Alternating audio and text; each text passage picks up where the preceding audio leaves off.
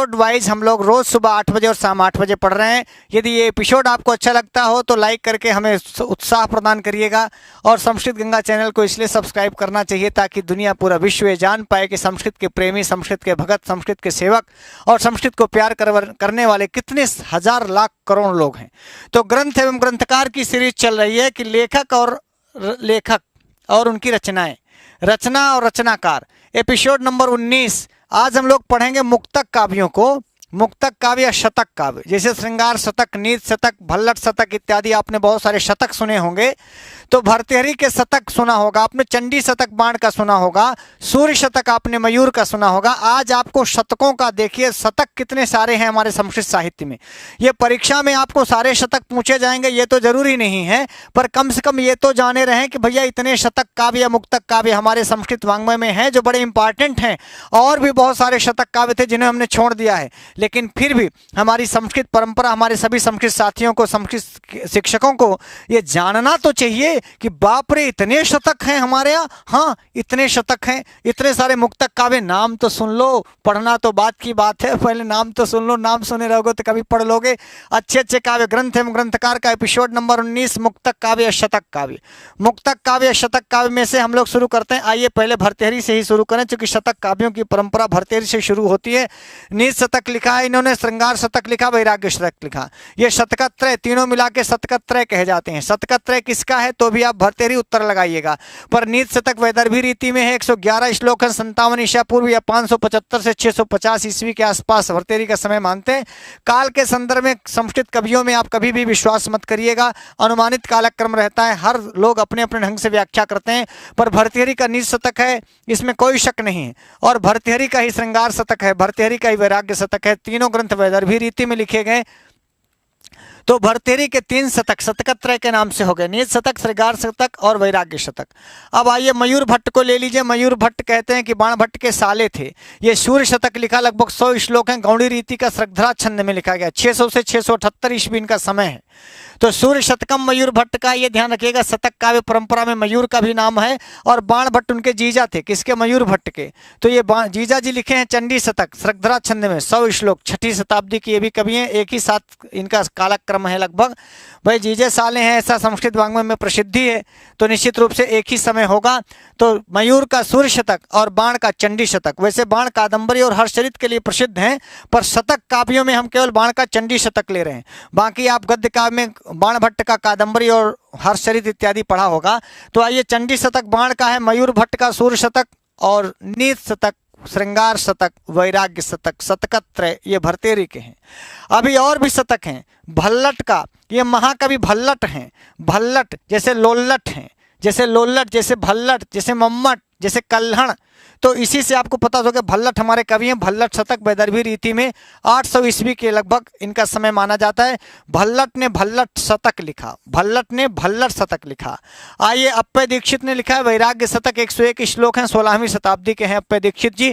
वैराग्य शतक भर्तृहरि का भी है, लेकिन वैराग्य शतक अप्पय दीक्षित का भी है। एक ही ग्रंथ के, एक ही नाम से और भी ग्रंथ हो सकते हैं। तो आप देखिए, वैराग्य शतक अप्पय दीक्षित का है। हमारे यहाँ बहुत रामायण है, कंब रामायण है, तमिल रामायण है, वाल्मीकि रामायण है, तुलसी रामायण है। ऐसी राम को लेकर के जो ग्रंथ लिखे गए, जनरली रामायण वो हो गई, पर बहुत सारे अलग अलग कवियों का है। ऐसे ही वैराग्य शतक अप्पय दीक्षित का भी है, भट्टो जी और उनका भी है, क्या कहते हैं, भर्तृहरि का। आगे आइए, श्री पद्मानंद ने भी वैराग्य शतक लिखा। देखिए, ये भी वैराग्य शतक लिखते हैं, ये भी वैराग्य शतक लिखते हैं। कभी कभी कवियों को वैराग्य होता है, जब वो अपने घर से, संसार से, जगत से, पत्नी से, पुत्रों से पीड़ित होते थे, तो आदमी क्या करता है? वैराग्य शतक ही लिखता है। बहुत सारे ऐसे विद्यार्थी हैं जिनकी पत्नी डांट दी तो फिर इलाहाबाद में आके रहने लगे, फिर वैराग्य शतक में हो गए। जब ब्याह होता है तो लोग श्रृंगार शतक में जीता है। थोड़ा और लड़का बच्चा पतोहू जब धकियाता है तो नीति शतक, नीति की बातें करने लगता है बुढ़ापे में। तो व्यक्ति की परिस्थितियां बदलती रहती हैं, उसी हिसाब से उसकी मनोदशा बदलती है। और जैसे मनोदशा बदलती है वैसे आदमी ग्रंथ लिखने लगता है। जब जवानी में रहता है तो श्रृंगार शतक लिखता है। थोड़ा जब पत्नी से विद्वेष होता है, लड़ाई झगड़ा होता है, लड़का पतोहू धकियाते हैं, बाहर भगाते हैं, तो उसको वैराग्य जगता है, वैराग्य शतक लिखता है। कभी कभार थोड़ा सा प्रौढ़ावस्था में नीति की बड़ी बात करता है, ऐसा करना चाहिए, वैसा करना चाहिए, ऐसा नहीं करना चाहिए, तो वैराग्य शतक अप्पय दीक्षित लिखते हैं। 101 श्लोक में 16वीं शताब्दी के कवि हैं ये। और श्री पद्मानंद भी वैराग्य शतक लिखते हैं, भर्तृहरि भी वैराग्य शतक लिखते हैं। शार्दुल विक्रीडित छंद है इसमें, वैराग्य शतक में 103 श्लोक हैं। शिल्हण ये सिल्हण कवि हैं जो शांति शतक लिखते हैं। 13वीं शताब्दी का पूर्वार्ध सिल्हण का समय माना जाता है। सिल्हण, कल्हण, मम्मट, बिल्हण, इस प्रकार नाम हमारे संस्कृत कवियों को पहले होता था। और नरहरि ने श्रृंगार शतक लिखा। देखिए श्रृंगार शतक भर्तृहरि ने भी लिखा है, पर ये जरूरी थोड़ी कि भर्तृहरि ने श्रृंगार शतक लिख दिया तो कोई और नहीं लिख सकता। क्या आप श्रृंगारी हैं तो कोई और श्रृंगारी नहीं हो सकता? किसी काव्य में श्रृंगार रस हो गया तो दूसरे में श्रृंगार रस नहीं हो सकता? ऐसा थोड़ी ना है। सब लोग श्रृंगारी हो सकते हैं, श्रृंगार शतक सब लोग लिख सकते हैं। जिसको श्रृंगार अपने अंदर पैदा हुआ उसने श्रृंगार शतक लिख दिया। तो नरहरि कवि हैं जिन्होंने श्रृंगार शतक लिखा शार्दूल विक्रीडित छंद में। कुसुमदेव ने दृष्टांत शतक लिखा 15वीं शताब्दी के पूर्वार्ध में। गुमानी कवि हैं, गुमानी, ये उपदेश शतक लिखते हैं आर्या छंद में 101 श्लोकों में। गुमानी कवि का उपदेश शतक, कुसुमदेव का दृष्टांत शतक, नरहरि का श्रृंगार शतक। शतक या मुक्तक काव्य की परंपरा हम लोग पढ़ रहे हैं। आज के इस एपिसोड में शतक काव्य पढ़ रहे हैं, शतक काव्य पढ़ रहे हैं, यानी मुक्तक काव्य। भर्तृहरि से शुरू किया, हम लोग पहुंच गए हैं विश्वेश्वर पांडे के पास।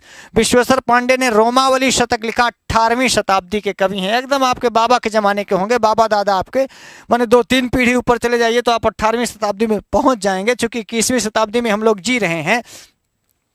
तो रोमावली शतक है विश्वेश्वर पांडे का। अब विश्वेश्वर पांडे ने वक्षोज शतक भी लिखा, विश्वेश्वर पांडे ने होलिका शतक भी लिखा, विश्वेश्वर पांडे ने आर्या सप्तशती भी लिखा। ये 18वीं शताब्दी के एक ही कवि हैं। ये विश्वेश्वर कवि अलग अलग नहीं है, विश्वेश्वर वही हैं। ये भी विश्वेश्वर, ये भी विश्वेश्वर, ये भी विश्वेश्वर पांडे। ये रोमावली शतक लिखा, फिर वक्षोज शतक लिखा, होलिका शतक लिखते हैं, आर्या सप्तशती। अब समय चूंकि एक ही कवि है तो 18वीं शताब्दी का ही होगा। एक ही कवि ने 4 ग्रंथ लिखे, रोमावली शतक, वक्षोज शतक, होलिका शतक, आर्या सप्तशती। ये विश्वेश्वर पांडे की रचना पढ़ रहे थे। आइए नागराज कृत भाव शतक 102 श्लोकों में। नागराज ने भाव शतक लिखा। और भोज रचित कोदंड शतक है, भोज ने लिखा है कोदंड शतकम। और श्री कृष्ण वल्लभ कवि का काव्य भूषण शतक, पृथ्वी छंद है, मंदाक्रांता इत्यादि छंद है काव्य भूषण शतक में। तो काव्य भूषण शतक किसका है? श्रीकंठ वल्लभ कवि का। देखिए मैं आपको इसलिए बताता हूँ कि आप ये जाने रहे नहीं तो हम लोग जानते नहीं कि भैया नीच शतक, श्रृंगार शतक, अमरुक शतक। अमरुक कवि ने लिखा है अमरुक शतक, लिख लीजिए, नोट कर लीजिए। अमरुक का है क्या? अमरुक शतकम। तो अमरुक शतकम अमरुक की रचना है। आगे आइए, आनंदवर्धन ने लिखा है देवी शतक 9वीं शताब्दी में। सोमेश्वर ने राम शतक लिखा श्रद्धरा छंद में 13वीं शताब्दी में। उत्प्रेक्षा वल्लभ ने सुंदरी शतक लिखा 16वीं शताब्दी में। अवतार ने ईश्वर शतक लिखा 113 श्लोकों में 17वीं शताब्दी में। ठीक है। और आइए मधुसूदन, हम लोग शतक काव्य पढ़ रहे हैं। अन्यापदेश शतक मधुसूदन का, क्रूर नारायण का सुदर्शन शतकम श्रद्धरा छंद में है। और सुंदराचार्य का गीत शतकम, जम्बू गुरु का जिन शतक श्रद्धरा छंद में पांचाली रीति है 11वीं शताब्दी के पूर्व।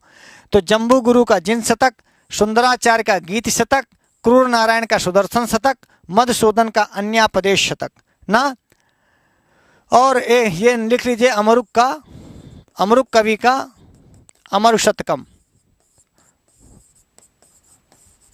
हाँ, अमरु शतकम अमरुक कवि का है। ये भी बहुत पढ़ने लायक है। श्रृंगार वो जो पूर्ण है, श्रृंगार बहुत ज़्यादा है इसमें। श्रृंगार यदि आप चाहते हैं तो श्रृंगार शतक पढ़ें या अमरुक शतक भी पढ़ें।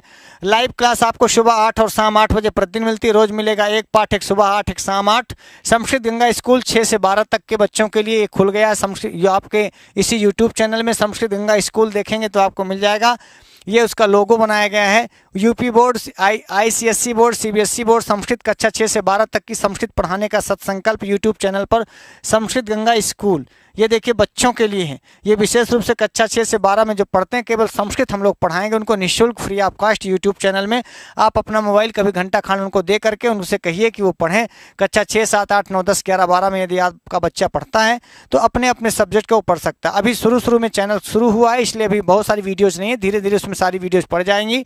तो 6 से 12 तक का चाहे CBSE बोर्ड का हो चाहे यूपी बोर्ड का, उसे देख सकता है। मित्रों रोज़ मिलेगा नया पाठ, एक सुबह 8, एक शाम 8, भूलना मत। अच्छा लगा हो तो लाइक सब्सक्राइब करिएगा। चैनल को सब्सक्राइब करने से आपकी संख्या बढ़ती है और ये लोग जानते हैं कि संस्कृत पढ़ने वाले इतने लाख लोग हैं। और ये भी संस्कृत वालों के लिए सीना चौड़ा करने की बात है, गौरव की बात है। जहां भी रहिएगा स्वस्थ रहिए, व्यस्त रहिए, मस्त रहिए। मस्त इसलिए रहिए, मस्त नहीं रहेंगे तो व्यस्त नहीं रहेंगे तो मस्त नहीं रहेंगे, मस्त नहीं रहेंगे तो स्वस्थ नहीं रहेंगे। स्वस्थ रहना जरूरी है। पैसा कौड़ी रुपया नाम जब सब कुछ बेकार है यदि आप स्वस्थ नहीं है तो मैं उम्मीद करता हूं मैं भी स्वस्थ रहूं, आपकी प्यार से, आपके आशीर्वाद से, आपके स्नेह से मैं भी स्वस्थ रहूं, आप भी स्वस्थ रहें, भगवान से ही मनाता हूं। सर्वे भवन्तु सुखिनः, सर्वे सन्तु निरामयाः, सर्वे भद्राणि पश्यन्तु, मां कश्चित् दुःख भाग् भवेत्। आज के लिए इतना ही। नमः संस्कृताय।